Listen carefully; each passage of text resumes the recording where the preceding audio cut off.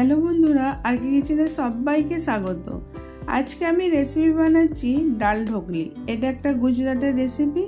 চলুন দেখাই আমি কিভাবে বানাচ্ছি। এখানে আমি তুয়োর ডাল নিয়েছি 1 বাটি। এটাকে ধুয়ে সেদ্ধ করতে দিয়েছি নুন আর হলুদ দিয়ে 4-5টা সিটি মেরে নিয়েছি। ডালটা সেদ্ধ হয়ে যাওয়ার পরে আমি বাটিতে ঢেলে নিচ্ছি। তারপরেতে আমি আটা নিয়েছি 1 কাপ, স্বাদ মতো নুন, একটু হলুদ গুঁড়ো, একটু লঙ্কা গুঁড়ো, এটা মিক্স করে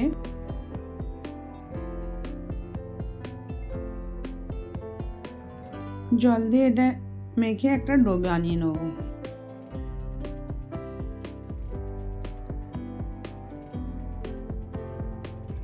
একটু ভালো করে মেখে নিতে হবে। ডোটা বানানো হয়ে গেল, এবার এটা রেখে দিচ্ছি। তারপর 2 চামচ তেল দিলাম, সাদা তেল, 2টো শুকনো লঙ্কা, হিং অল্প, সর্ষে আর জিরে আধা চামচ, কারি পাতা 8টা,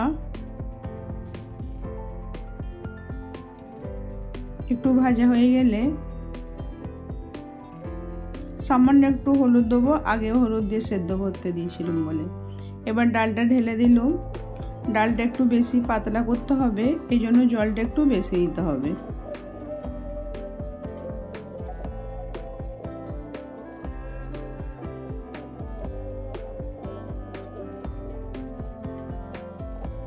তারপরে তেঁতুলের জল দিলাম 1.5 চামচের মতন, স্বাদ মতো নুন, টমেটো 1টা কুচনো,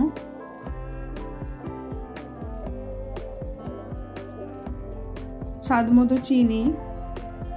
তেঁতুলটা দেওয়া হয়েছে বলে একটু চিনি দিতে হবে। 3টে কাঁচা লঙ্কা কুচনো দিয়ে এটা ফোটাতে দেবো।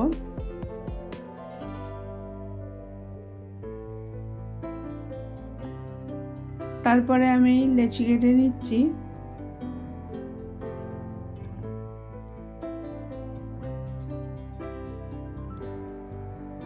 তারপরে রুটি একটা বড় করে বেলে নিচ্ছি আমি।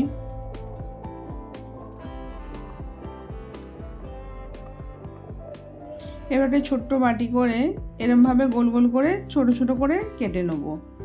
এগুলো বাচ্চাদেরকে দিলে ওদেরকে ভালো লাগবে।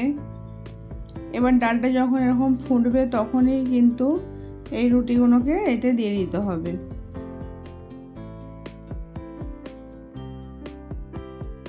এইভাবে আমি সব বেলে দিয়ে দিচ্ছি।